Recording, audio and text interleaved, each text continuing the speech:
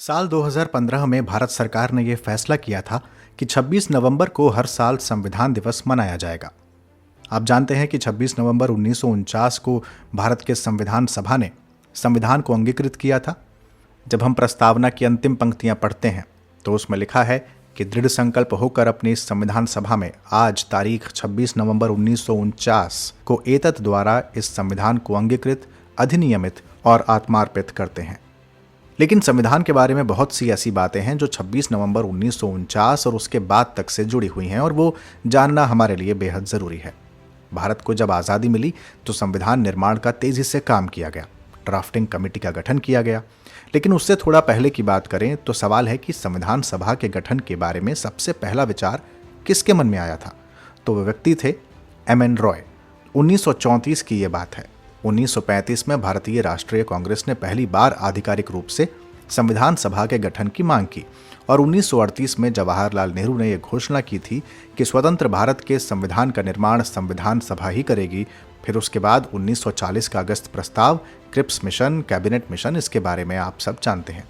9 दिसंबर 1946 संविधान सभा की पहली बैठक होती है। फ्रांस की तर्ज पर सबसे वरिष्ठ व्यक्ति को अस्थायी अध्यक्ष बनाया गया तो सच्चिदानंद सिन्हा उस समय सबसे वरिष्ठ सदस्य थे, इसलिए वो अस्थायी अध्यक्ष बने और उनका परिचय करवाया संविधान सभा में आचार्य कृपलानी ने। 11 दिसंबर 1946 को राजेंद्र प्रसाद संविधान सभा के अध्यक्ष बने, स्थायी अध्यक्ष, और एच.सी. मुखर्जी बने उपाध्यक्ष। संवैधानिक सलाहकार बने सर बी.एन. रॉय। 13 दिसंबर 1946 को जवाहरलाल नेहरू द्वारा उद्देश्य प्रस्ताव पेश किया गया, जिसे बाद में स्वीकृत कर लिया गया। इसके बाद माउंटबेटन योजना और भारत स्वतंत्रता अधिनियम 1947 आता है। इस अधिनियम के तहत संविधान सभा को पूर्ण रूप से सॉवरन यानी संप्रभु बनाया गया। अब संविधान सभा एक लेजिस्लेचर यानी विधायिका बन चुकी थी। अब उसे दो काम करने थे, एक संविधान बनाना था और दूसरा आम कानूनों को लागू करना था।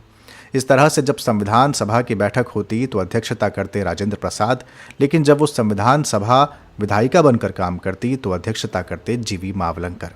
इसलिए जी.वी. मावलंकर को हम पहला लोकसभा स्पीकर कहते हैं। भारत की आज़ादी से कुछ दिनों पहले 22 जुलाई 1947 को राष्ट्रीय ध्वज संविधान सभा में अपनाया गया। भारत को आज़ादी मिली, उसके बाद गठन हुआ ड्राफ्टिंग कमेटी का। ड्राफ्टिंग कमेटी के चेयरपर्सन बनते हैं बी.आर. अम्बेडकर। गठन होता है 29 अगस्त 1947 को। इसमें अन्य सदस्य थे गोपालस्वामी अयंगर, अल्लादी कृष्ण स्वामी अय्यर, के.एम. मुंशी, सैयद मोहम्मद सादुल्लाह, बी.एल. मित्र। बी.एल. मित्र ने जब त्यागपत्र दिया तो माधवराव उनकी जगह सदस्य बनाए गए और अंतिम सदस्य थे डी.पी. खेतान, जिनकी मृत्यु के बाद टी.टी. कृष्णमाचारी को सदस्य बनाया गया। तो इस तरह से अध्यक्ष समेत कुल 7 सदस्य ड्राफ्टिंग कमेटी में शामिल रहे। डॉक्टर बी.आर. अम्बेडकर ने 4 नवंबर 1948 को पहला ड्राफ्ट पेश किया। उसे पढ़ा गया और 5 दिनों तक उस पर चर्चा हुई। फिर दूसरी बार 15 नवंबर 1948 को सेकेंड रीडिंग हुई और 17 अक्टूबर 1949 तक उस पर विचार हुआ। तीसरी बार 14 नवंबर 1949 को विचार करना शुरू हुआ और 26 नवंबर 1949 को डॉक्टर बी.आर. अम्बेडकर ने the constitution as settled by the assembly be passed यह प्रस्ताव पेश किया। कुल 284 सदस्य उस समय संविधान सभा में उपस्थित थे। उन्होंने उस प्रस्ताव को पारित किया और अपने हस्ताक्षर किए। इस तरह से कुछ प्रावधान 26 नवंबर से लागू हुए और बाकी लागू हुए 26 जनवरी 1950 से। यहाँ ये जानना बेहद ज़रूरी है कि प्रस्तावना को पूरे संविधान के लागू होने के बाद ही लागू किया गया।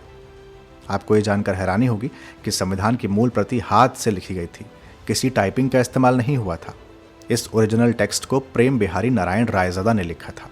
रायज़दा का खानदानी पेशा कैलीग्राफी का था। उन्होंने बेहद खूबसूरत इटैलिक लिखावट में इस संविधान के प्रति को लिखा था।